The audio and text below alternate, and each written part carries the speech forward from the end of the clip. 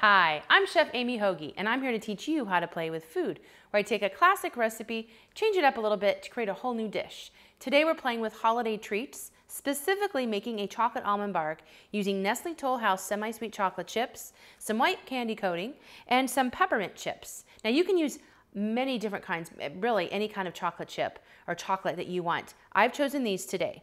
And so the key to this is using a double boiler, which is a pan or normally it's a stainless steel or glass dish that fits over tightly into a pan that has about an inch of water, okay? So I'm gonna go ahead and pour about a cup of semi-sweet chocolate chips in here, okay? And you want this boiling. I'm gonna turn this up just a little bit more.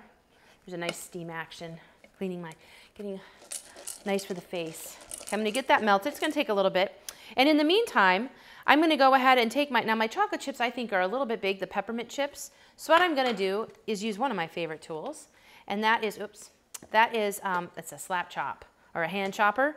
I'm gonna take these, not quite all of them. You put too many in there, it doesn't work very well. And I'm gonna go ahead and just chop them down a little bit. Oop, I think we need to do that a little bit more. We need a rougher chop than that.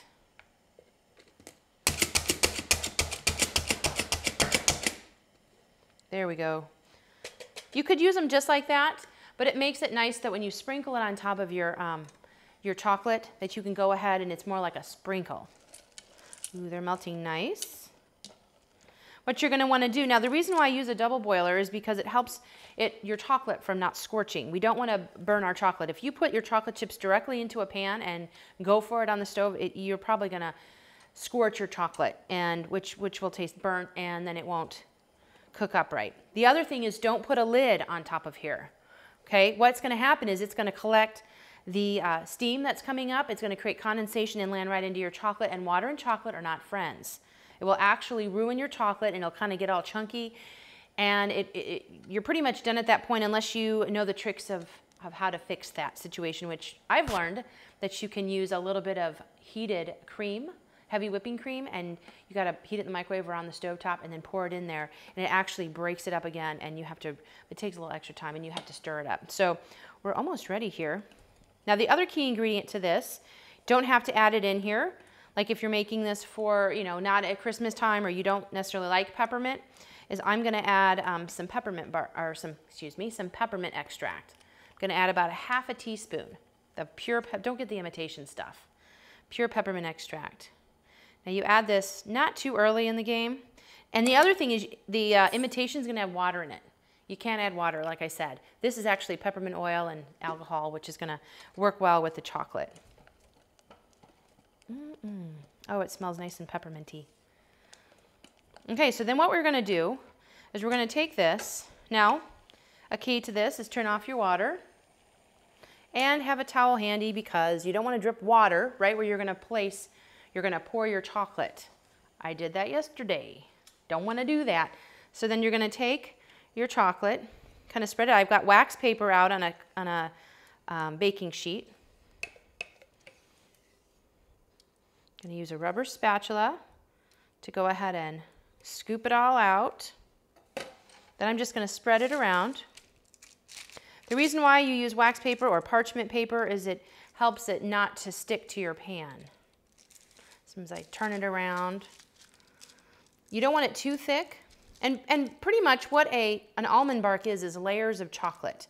You can do red candy coating. You can do peanut butter. You can even do a peanut butter layer using peanut butter chips. So you're gonna have to hold it down. Sometimes it likes to come up on you. Then what I'm gonna do is stick this in the freezer. That speeds up the cooling process. Or you could leave it on your counter if you're not in a hurry. I don't know who's not in a hurry. And it takes about, I would say, 5 to 10 minutes to cool. All right, we're back. I've got my chocolate melted in the freezer. It took maybe 3 minutes. I just left it on the pan, which this is gonna collect that nice cold temperature really nice and keep it cold. And then I have my white chocolate, which I added a little bit of chocolate, like Wilton chocolate candy coating chips. Don't use regular, like I said, don't use regular food coloring because what'll happen, it has water in it. It won't work. So what I'm gonna do is go ahead and spread this on. It's kind of like frosting a cake. And then try to make it even. Give it a little bit of an even coating on there. It's okay, there's a few little lumps in there, but that's the beauty of sprinkles, because we're gonna add some sprinkles. You can use any kind of sprinkles you want. I think this is great to have if you're having company come over. It's pretty simple. It's some nice, fun candy that is homemade, and it just shows people that you care. So what I did was I chopped these up, and we chopped them up earlier, and then I'm just gonna go ahead and sprinkle. These are peppermint. They have sprinkles on them. Sprinkle them on here, make a nice, that's our third layer. All right, there you go. Chocolate peppermint bark, or chocolate holiday bark, with the Nestle Toll House chocolate chips. Here's our final product. I used a little bit more green in here to make that candy. Thank you for joining me. I'm Chef Amee Hoge. For more information about me, you can visit my website at chefamee with 2 e's.com.